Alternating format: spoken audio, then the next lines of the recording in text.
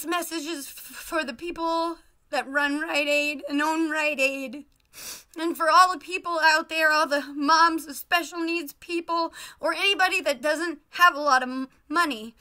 If you don't walk into Rite-Aid in your $3,000 fur coat, and you don't have a fancy haircut, you're like me, you're an everyday person struggling in this city to make it, and you pay for something, and you expect to get treated as a paying customer with a little bit of decency. Okay, I was at your Rite-Aid in Union City, Pennsylvania, and I will give you the store number, because I doubt you're going to see it and care anyways. Store number 01398. And I bought one of these, a money pack, right here. You know all about it, Chuck. You made me talk up in front of the whole store, and you laughed with the customers talking about me. So you remember me. You wouldn't help me. It didn't put the money onto my credit card, and you told me it wasn't your problem. What did I expect you to do? And then you put me on, you put the phone on speaker and called the back of my credit card. I just asked you, could you call somebody and help me? Because I didn't know what else to do. And you said the money was loaded on the card, but for some reason wouldn't load it on my card, and you treated me like I was a moron. Okay, you looked at me like I was a moron. You talked to the other customers about me while I was standing right there and act like I was a moron. You smiled a couple times. You rolled your eyes. I'm the one that you put on speakerphone. Instead of you calling this number to help me like I asked you to, you put me on speakerphone in front of the whole store. I want to tell you a little something about me, Chuck. I was a customer service manager at Walmart, okay? I didn't go into all that with you while I was at the store. And I treated every single customer that came to speak to me, whether they were Beyonce or Donald Trump or the richest person in town or the poorest homeless person in town. They all got 100% top treatment from me. If there was a problem like this, I have a heart and I care about people. I would have taken them back to the back of the store and asked to have somebody help them if I couldn't do it. Or I would have at least not embarrassed them in front of the whole store for several minutes and giving out my personal information on a speakerphone and then talking about them in front of them 2 feet away. You put me on speakerphone because you refused to help me, and I had to beg the people on this card to please give me back my money, or give it back to this man so he could give me my money, and you guys said you couldn't. You'd have to send me a refund check that I might get after Christmas or maybe a day before. You didn't care. People at Green Dot, you know, CEOs or whatever. This Chuck character didn't care. He thought it was rather amusing and talked to several customers about me because his wife, he said, works in Erie and deals with people like me all the time. We should feel so sorry for you that you have to deal with people who aren't millionaires and moms with disabilities, with children with special disabilities. And I asked you just to help me. And I asked them to help me, you know, why couldn't I paid $300 cash to load it on my prepaid credit card?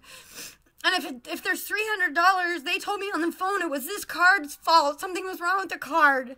But there was $300 on it. Why couldn't you cash me out?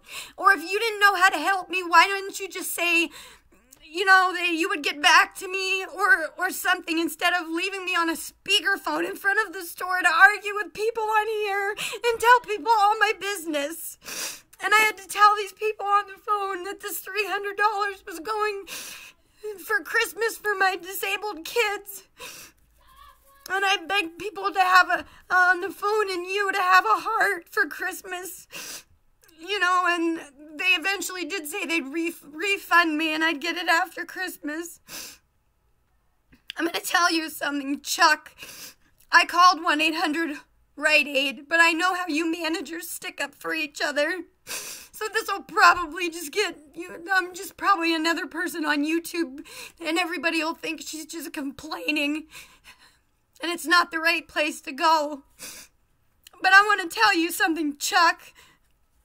Last year at this time, that card that you doubted I ever hardly used, my husband came in there in your store, and your cashier, who was new, accidentally loaded $100 too much. Okay, and I think it was around Christmas last year. And to save your hind, Chuck, we called down there and told you that we had this extra $100. I don't know how many people in America who are poor would call you and tell you that this girl hit a button and accidentally gave me $100 too much, and would agree to come down to your store even though you said we didn't have to, and give you back that $100 so you didn't have to fire that girl, because you wanted to fire her. And you smiled at me and my husband for the next few months, probably because we saved your job. Because that $100 was probably on you, because you didn't train her properly. And then you treat me like that today, and I'm going to tell you something else. Well, you talked about me while I was on the phone, and then, okay, heaven forbid I get upset, because it's the only money I have for my children for Christmas. So heaven forbid that I'm a little upset that I don't have any money to use for Christmas. And you guys were talking about me to other customers and laughing while I was on display. And I guess I lost my temper and must have accidentally said, you know, the bad word to bull crap when she said she couldn't help me. You came over and said very loudly, actually the whole store was quiet so they could listen to me talk to this woman, which if you were a professional at all, you should have dealt with me in the back room or in your office. And instead you come over and just as loud as you could announced to everybody that I swore, and if I continued to use that kind of language, you're gonna put your hand on that button and hang up the call and end it right now, and I would be asked to leave your store because you don't want to put up with that. And you embarrassed me in front of every person in that store who was laughing, and everybody thought it was funny. You know, and then while I was on hold with them, I'd have to listen to you and that other girl laugh, and while you were checking out other customers, you were talking about me. I just expected to get treated like everybody else. You know, I guess that's too much to ask. You know, and everybody else that works at that Rite-Aid in Union City, Pennsylvania are wonderful. I think that that's Annette that spoke to me that actually acted like she was so sorry this happened. I don't know who she is. I don't even know if I've seen her. Maybe she should take over your position. Because I tell you what, laughing at people and making fun of them to other customers is not the way you treat people. You don't make them cry so hard and laugh at them because they don't have a lot of money, Chuck. And if you think that's the way that managers are supposed to act, I am so sorry for you. And to the other man that was laughing at me in the store, maybe you didn't recognize me. Mr. McCrae, who I can't remember your first name, but I saved your son Edward's job while I was customer service manager at Walmart. He had made an inappropriate comment about two girls that I won't even dignify on here, and somebody heard him, and they wanted me to come back into the office to have to write the paperwork that would give them enough proof to fire him. And I wouldn't do it because it was around Christmas time. And I'm decent. And I knew your family didn't have a lot of money. I'm not asking for anything special. I just want to be treated the same way anybody else would be treated.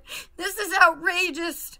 Rite-Aid, contact me because I did leave my information.